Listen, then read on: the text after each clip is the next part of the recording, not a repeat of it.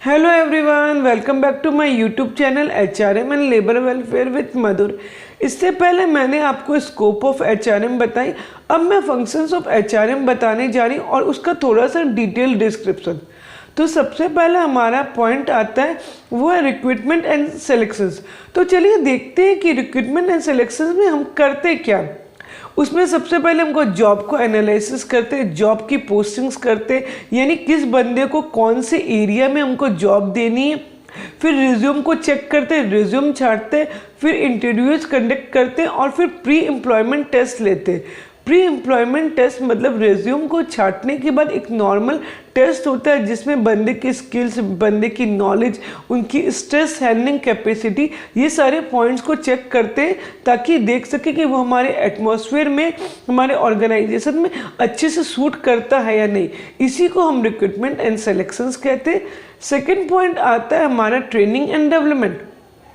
तो training and development में जब भी कोई बंदा हमारे हायर होता है तो सबसे पहले हम एक गेट टुगेदर करते हैं ताकि उस बंदे को हमारे ऑर्गेनाइजेशन से, हमारे डिफरेंट डिपार्टमेंट के लोगों से फेमिलियर हो सके। फिर उनको जो उनकी जॉब है उससे रिलेटेड ट्रेनिंग देते हैं, फिर उनमें लीडरशिप क्वालिटीज़ डेवलप करने की कोशिश करते हैं और फिर उनको उनके कैरियर या ग्रोथ एंड डेवलपमेंट से रिलेटेड हम उनको पुशअप करते हैं कि आपका ये कैरियर, आप इस चीज़ में आगे बढ़िए और अपने गोल को भी अचीव करें और ऑर्गेनाइजेशन के गोल को भी अचीव करें। उसके बाद आता है परफॉर्मेंस मैनेजमेंट। परफॉर्मेंस मैनेजमेंट में हम एक बेसिक स्टैंडर्ड सेट करते हैं कि हमारे ऑर्गेनाइजेशन का ये स्टैंडर्ड, आपको ये स्टैंडर्ड को फुलफिल करना, और ये हर बंदों के लिए अलग अलग स्टैंडर्ड होगा।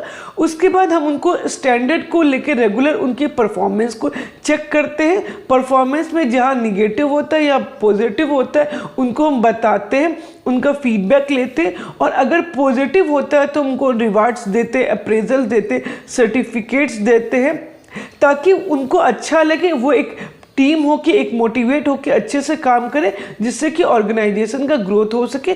उसके बाद आता है compensation and benefits. Compensation and benefits में बेसिकली हम जॉब को इवेल्यूएट करते हैं, ये चेक करते हैं कि क्या जॉब है, उस हिसाब से हमें क्या पे स्केल देना चाहिए, हमारा पे स्केल क्या चल रहा है, किस हिसाब से हमको वो स्किल्ड है, अनस्किल्ड है, उस हिसाब से हम उनको पेमेंट दें। फिर क्या इंसेंटिव प्रोग्राम्स है, क्या टारगेट फुलफिल करने पर हम उनको बेनिफिट्स देंगे, या क्या एक्स्ट्रा बेनिफिट्स है जैसे हेल्थ इंश्योरेंस है, रिटायरमेंट प्लान है, और हमारे जो लेबर लॉज है उसके अकॉर्डिंग वो फुलफिल कर रहे हैं कि नहीं। आई होप आपको मेरा टॉपिक समझ में आया। समझ में आया तो मेरे चैनल को ज़्यादा से ज़्यादा लाइक शेयर एंड सब्सक्राइब करें। थैंक